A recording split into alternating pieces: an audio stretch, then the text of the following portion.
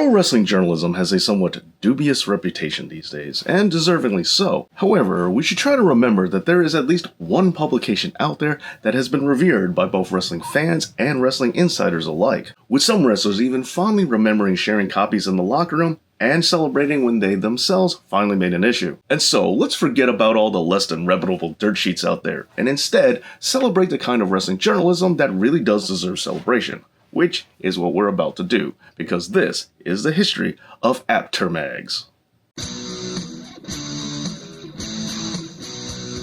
Okay, so in order to tell the stories of Apter mags right, we have to go back, way back, as in about 100 years ago, in order to talk about all the things that led to the magazines that we know and love today. In 1922, the Ring magazine was created to give news on professional boxing and wrestling, for you see, in the early days, wrestling and boxing were pretty much indistinguishable from each other, and treated as one and the same. Then, as previously covered in the episode on the Gold Dust Trio, scripted pro wrestling became wider spread both in occurrence and also in public knowledge, resulting in the Ring magazine eventually separating itself from the wrestling part of the squared circle, first by just minimizing the amount of wrestling coverage before removing it altogether. Although, all was not lost, as in 1963, The Ring Wrestling was created, a brand new publication that would focus exclusively on wrestling itself. It all came about after Bob Leonard, famed photographer and backstage contributor for Stampede Wrestling, mentioned how The Ring was not highlighting wrestling all that much.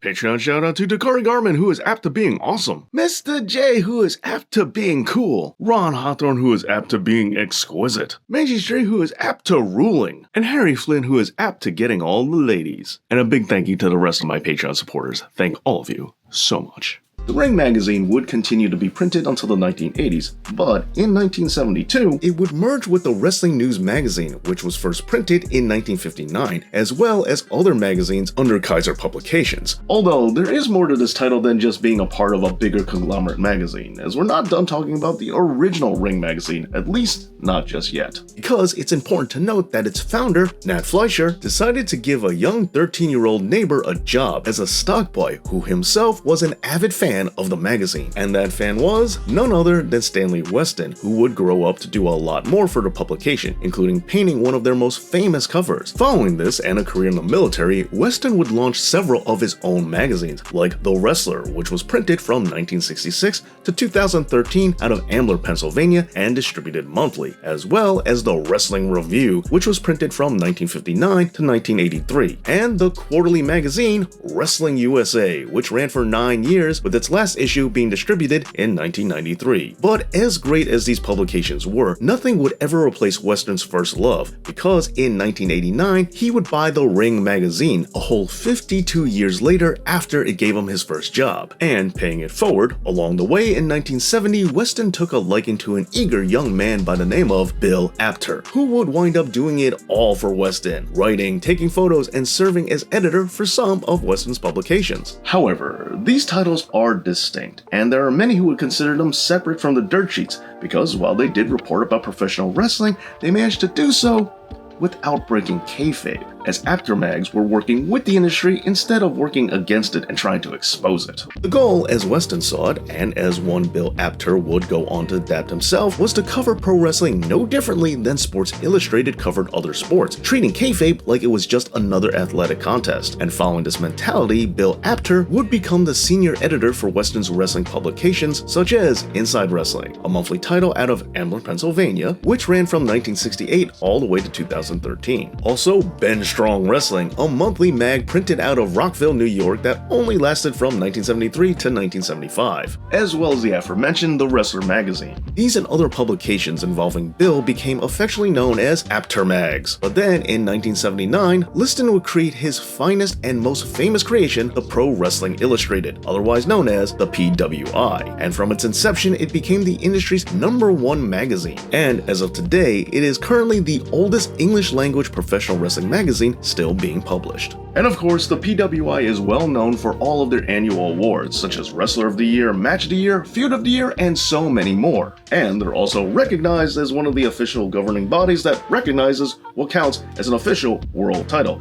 I already covered this in a previous episode. And on top of all that, if we're going to talk about Bill Apter and the Pro Wrestling Illustrated, then we just have to talk about the magazine's most famous feature, which is the PWI 500. An annual ranking of the top 500 wrestlers from all around the world. This helped to get a lot of guys over and put some wrestlers on the radar of fans that wouldn't have necessarily known about them otherwise, giving them a reason to check out new talent, which is one of the major benefits of the whole wrestling magazine. Because even though it wasn't officially affiliated with any one promotion, it worked tremendously to get a lot of talents and storylines over as a result. Pro Wrestling Illustrated has always been held in high regard from both fans and insiders, unlike its often compared to counterpart of the Wrestling Observer, which has become an infamous point of contention amongst wrestling fans and those in the industry. Stanley Weston, Bill Apter, and the PWI itself has been highly recognized by all in the wrestling community for how much good it really has done for the business. This gives the PWI a pretty big advantage over its competitors,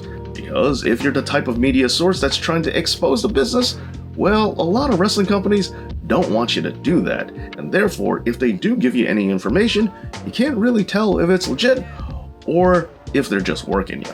On the reverse side of things, if you're willing to work with companies on the work, well, they're probably going to want to work with you because you're giving them free advertisement. A promotion is going to want to promote you for promoting them. And that's mostly the business model that the PWI has followed. But I did say mostly.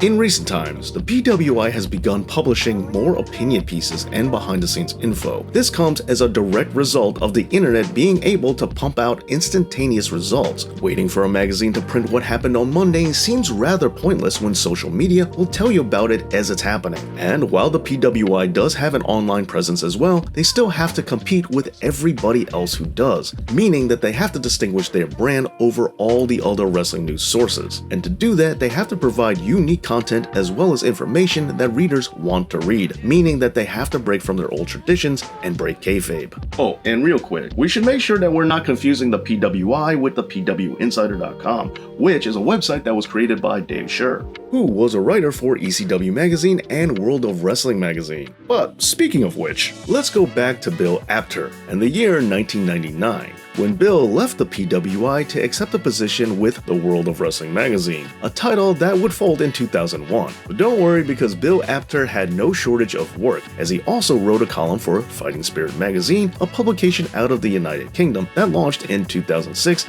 and ran all the way to 2019, when it was merged with the Wrestle Talk magazine. Not only that, but Bill would also write Apter's Alley for the Italian publication Tutto Wrestling, and he would also begin operations for OneWrestling.com, a website that was founded in 1997 by Bob Ryder, an important figure who would quickly stake his claim to wrestling on the information superhighway of the World Wide Web, having seen its potential really early on. For you see, Ryder was the first person to ever conduct an online interview for WWE way back in 1995, and he would also serve as ECW's webmaster. Ryder also worked for World Championship Wrestling as well, and after it was sold to McMahon, he became concerned about the potential monopoly of the World Wrestling Federation, which led to him being one of the eventual founders of TNA Wrestling, and served as its longest tenured employee. Meanwhile, OneWrestling.com would run all the way until 2020, with Apter himself officially making the announcement. And on top of all this, Apter still had plenty of other irons in the fire, as he returned as a freelancer to the PWI in 2008. And he also worked for WWE, appearing on network shows and contributing for WWE.com. He also had his autobiography published in 2015 with a book called Is Wrestling Fixed? I Didn't Know It Was Broken. This saw him going on tour and performing one-man shows based on the book. Then in 2018, he launched his very own The Apter Chat podcast. And recently, Bill Apter began work with VOC Nation, and he also has a column for the UK's Inside the Ropes magazine. Now, looking at all this, it's real clear that Bill Apter has done some fantastic things, and this is just the tip of the iceberg, because we haven't even mentioned his presence as an on-screen talent, and that he helped facilitate Andy Kaufman getting into the professional wrestling industry. And he's also received a whole slew of Hall of Fame inductions. Now, any one of these accomplishments would be a great career highlight, but for Bill Apter,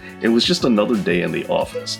Now, tell me, what are your favorite issues of Apter Mags? Let me know down in the comments, and please make sure you give this video a like, and make sure that you're subscribed to this channel. Thank you so much for watching, and thank you to all my amazing Patreons out there, and as always, Dave knows.